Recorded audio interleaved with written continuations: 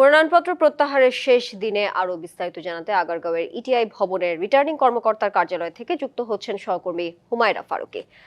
হুমায়রা, আজকে তো মনোনয়ন প্রত্যাহারের শেষ দিন, কাল প্রতীক বরাদ্দ, কি অবস্থা, কি পরিস্থিতি দেখছেন এই মুহূর্তে? তানিয়া, আপনি যেমনটি বলছিলেন, আজ কিন্তু মনোনয়নপত্র প্রত্যাহারের শেষ দিন। আজ বিকেল 5টায় শেষ হয়েছে। রাজধানীর নির্বাচন কমিশন ভবনের পেছনে নির্বাচন প্রশিক্ষণ ইনস্টিটিউটের যে রিটার্নিং কর্মকর্তার যে কার্যালয় আছে, সেখানে ঢাকা 13 এবং 15 এই দুই আসনের যারা প্রার্থী আছেন, কেউ যদি প্রত্যাহার করতে চেয়েছেন, তারা ওখানেই তাদের প্রত্যাহারের সেই জায়গা ছিল। সেখানে আমি দুজন প্রার্থীকে দেখেছি প্রত্যাহার করতে। তাদের একজন হচ্ছেন ঢাকা 13 আসনের ইসলামী আন্দোলনের মোহাম্মদ মুরাদ হোসেন এবং ঢাকা 15-র গণফোরামের প্রার্থী AKM শফিকুল ইসলাম।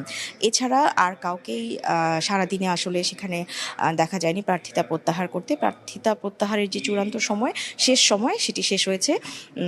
আর এদিকে এখন এই মুহূর্তে আমি আছি নির্বাচন কমিশন ভবন অডিটোরিয়ামের বাইরে। ভেতরে প্রধান নির্বাচন কমিশনার সহ 3 নির্বাচন কমিশনার, ব্রিগেডিয়ার অবসরপ্রাপ্ত সানাউল্লাহ, ব্রিগেডিয়ার জেনারেল সানাউল্লাহ, আরও 2জন নির্বাচন কমিশনার, সিইসি সহ সিনিয়র সচিব ভেতরে আছেন। এখানে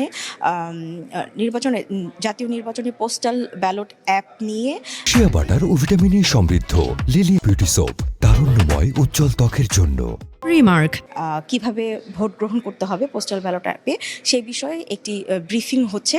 এবং অনলাইনে এই মুহূর্তে যুক্ত হয়েছেন সৌদি আরবের রাষ্ট্রদূত, এবং সেখানে বিস্তারিত জানানো হচ্ছে যে এই অ্যাপের মাধ্যমে কিভাবে প্রবাসীরা ভোট গ্রহণ করবেন, ভোটদান করবেন, এবং সেগুলো নির্বাচন কমিশন ভবনে পৌঁছানোর পর সেগুলোর প্রসেসিং কিভাবে হবে।